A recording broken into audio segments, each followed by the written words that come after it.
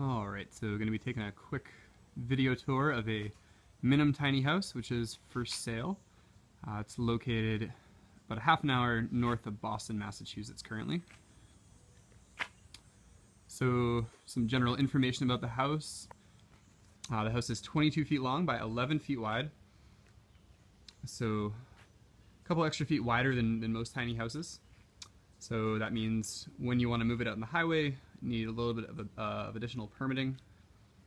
But the benefit you get is an additional 2.5 feet of livable space on the interior, which makes quite a difference, especially for a space this small. So the house is built with structural insulated panels instead of 2x4 construction or 2x6 construction.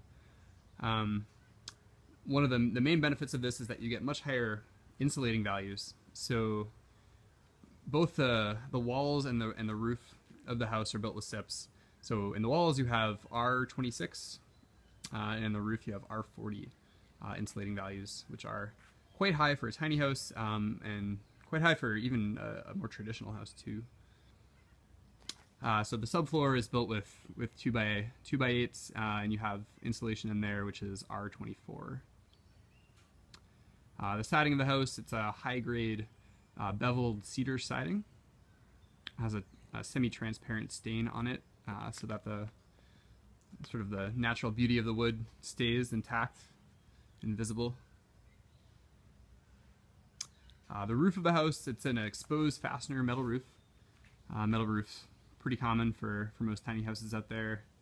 Chose a lighter gray just for some more reflective properties from the sun. Keep it a bit cooler. One of the other really nice things about the Minim design is that you have these really large banks of windows. So on both the front and the back of the house you have banks of windows. On the front you have 4 pretty tall windows, and then you have these 5 here in the back, and then there's this large picture window which sits in front of the kitchen, which you'll see when we head inside. And so the windows are double pane. They're Anderson windows, double panes, tempered glass, and then the ones in the front and the back swivel to open. Got screens in there as well. So just kind of moving along the side of the house here. That metal penetration on the left side there, that's the vent for the propane heater. And then down here you got the water spigot, and so that's for water intake for the house. And then along this back side of the house, which is kind of in shade at the moment, this is kind of the utility section of the house. So got an exhaust fan up there top left. See if I can get out of the sun. Exhaust fan there. Got the air conditioner here, and then 2 30-pound propane tanks kind of tucked away into the tongue of the trailer, and then you have a 50 amp service, which is actually more than the house currently needs. So, and so it's on a trailer which has some additional reinforcement. Because the Minim house is a bit wider, you can see here it's actually extending over the side of the trailer by a couple feet. So the trailer just needs a little bit of additional reinforcement to bear the weight of the house and the additional width. So the trailer is rated for 14,000 pounds. The house itself is probably around 12,000, I'd say. So then the front of the house here, which is actually the most attractive part of the house to look at. Kind of hard to get a good shot of it though, because the house is kind of along the side of these shrubs. Various bushes over here. But here are these another, the large bank of windows here. And a little light fixture beside the door there. It shows all this kind of darker trim. It seemed like a nice contrast to the lighter orangey cedar. Head over to the door and head inside.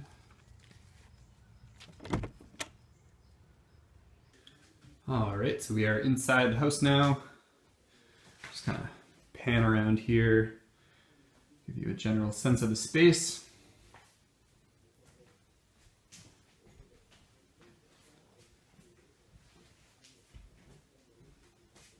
So to the right there, that's the door to get into and out of the house, because that's how doors work.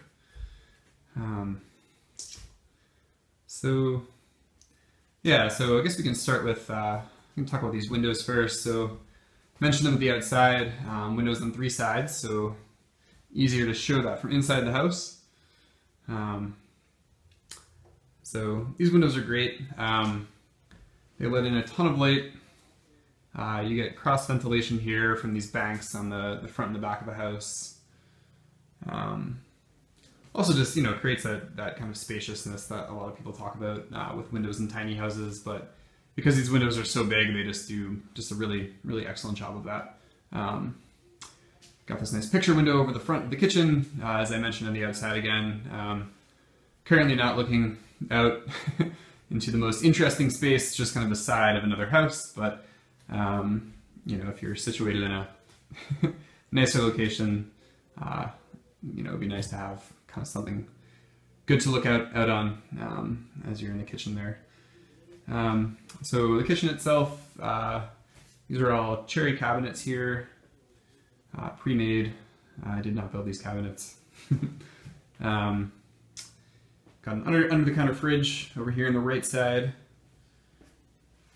I have a Ramblewood tube burner cooktop up here. This runs off of propane. Propane both for that and for heating the house is what the propane is used for. I have a nice really deep kitchen sink here. Wanted to install a pretty deep sink just so it had kind of multi-purpose. Washing dishes, obviously. Could take a bath in there. Tiny house people are very resourceful, so there's actually no bathroom in this house, it's just a sink. It's not true. There's a mirror over here. I feel like this is the kind of like iconic tiny house mirror. Folds out here, kind of moves around, nice and flexible. Yeah, other I think thing that's worth mentioning about this kitchen is just that it's really open. So you have a lot of tiny houses, or you have a lot of kitchens in tiny houses where the kitchen just feels kind of cramped. And what's nice about this one is that there's just a lot of freedom of movement around the kitchen, which just makes for more pleasant experience spending time there. Over here we have the Williams heater. So this, again, working with propane, actually puts out more BTUs than the Dickinson does, the Dickinson model, which a lot of folks in tiny houses use. Other benefit of this is that there is a thermostat. So that's actually something that the Dickinson lacks. Part of the reason why I chose this, yeah, just having the flexibility of, you know, having the temperature set to a certain location, you know, even when you leave the house. So definitely a nice feature to have. Other thing I should mention about the windows, oh yeah, they're called casement windows, I'm remembering now. So, you know, they just lock them here, and they roll out this way. So that's cool. Other important thing is that I have blackout shades installed. So because of the way this house functions essentially as a bedroom, because it has this roll-out platform here, which a queen-size bed can fit on top of. So when that pulls out into the main space, the whole room basically becomes a bedroom. And so I wanted to make sure that could keep as much darkness in here as possible in case I want to sleep in, which I often do. So yeah, I have blackout shades installed on all the windows. All right, so next thing, this built-in sofa here. So nice and long, pretty deep sofa. Underneath the sofa, you have some storage on the left side here. This is also where the spigot, the water intake, comes underneath the sofa, where some of the PEX plumbing is. And then there's, on the right side, there's a 40-gallon water tank, onboard water tank, which is inside the envelope of the house, obviously, so it stays warm during the winter. So during winter months, we'll often just be running off of that tank, so you just fill the tank periodically. Then there's a pump and a regulator underneath here, and that just generates the pressure, the water pressure for the house. When it's warmer out, you can just plug a garden hose, or even better, a potable water hose into the spigot, and then you'll just be drawing the water pressure from whatever that hose is hooked up to, the water system of wherever you're drawing it from. So basically you have the flexibility of hooking up via a hose or else running off of the onboard water tank. House also has a projector. So there's a projector, pretty easy to hook a laptop up to that, the standard HDMI cable. And then you have this pretty epic screen over here. So that screen pulls down pretty much over the length of the entire bank of windows there. So giant screen. So you have a little kind of home entertainment system going on. So we've got some bookshelves in here. Some of the objects I had the most of and really like to have around. So I got bookshelf here, and then back just to the right or to the left of the door, I guess depends on where you're standing, another bookshelf there. Some outlets in here as well, USB hookups too. Then the bathroom here is carefully marked as a bathroom. It's very easy to get lost inside of tiny houses. So bathroom has a shower stall there, 4-gallon water tank up top, an exhaust fan kind of hiding behind the water tank. Some basic kind of shelving here, towel rack. Currently has a dry flush toilet installed. You can look that up. They're made by a company in Connecticut. Previously had an incinerating toilet in here. You could pretty easily put a composting toilet as well. This is just kind of a freestanding unit here, so that'd be pretty easy to swap out for something else. All right, so moving along to this office area here. So different than a lot of tiny houses, this house doesn't have the lofted bedroom. So instead it has this combination of raised office space and then a roll-out bed underneath the office space. So as I mentioned before, this is you can fit a queen size mattress here with some linens on top of it. And then this platform here just slides in and out. It's on some heavy duty casters and they can be locked into position. So yep, just slide out the bed whenever you want to sleep, presumably at night. Yeah, and then the bed just tows away during the day, or stows away, I should say.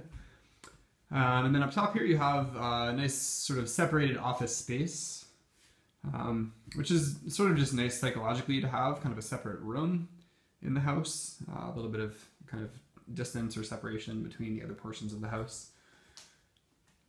So the desk here, it's made of a black walnut slab up top, and then some of the same material used to make the bookshelf, which is this oak-faced plywood, and then oak nosing on the front here. Also have, so there's an air conditioner here.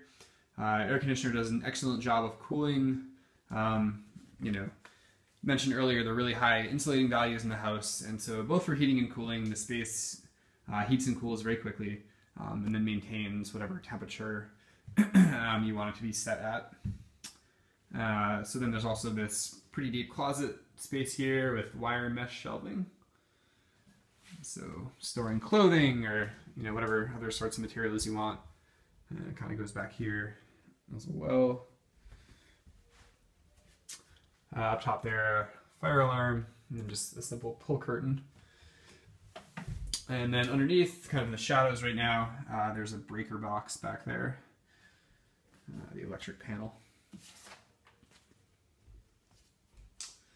Other kind of main functional object in the house is this table. So it's a marine table on this hydraulic stanchion. So the table can kind of move up and down using hydraulics and then rotate around, swivel. And the stanchion sits in these 4 designated areas around the house. So then the table can serve different functions. So here it's kind of in a desk configuration, looking out over the windows. Here it can be pushed down into a coffee table or kept up as a dining room table. And then on that back piece there, kind of extra kitchen prep space. Yeah, then just finishing up, so the flooring is a bamboo floating floor. And yeah, it shows kind of a lighter flooring option on bamboo, quite sturdy.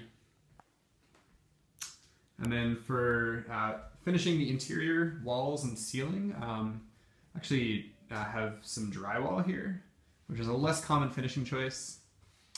The house so far has moved around the block a couple times, and the drywall has held up very well. Yeah, so some people have some concerns about using drywall on the inside of a house, of a tiny house, given that it's going to move, worrying about cracks and that kind of thing. But I really haven't seen an issue with it. So,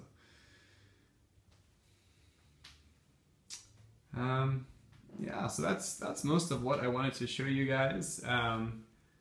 Guess just a couple other things I'll say. There's definitely some flexibility here. So, you know, if there's some elements of the house that you might want to change, you know, there are possibilities to do that. One pretty straightforward example here is that, you know, this under-the-counter fridge could be pretty easily turned into a full-size fridge just by chopping off part of the counter there, and, you know, doing something else with that cabinet, maybe shifting it up slightly.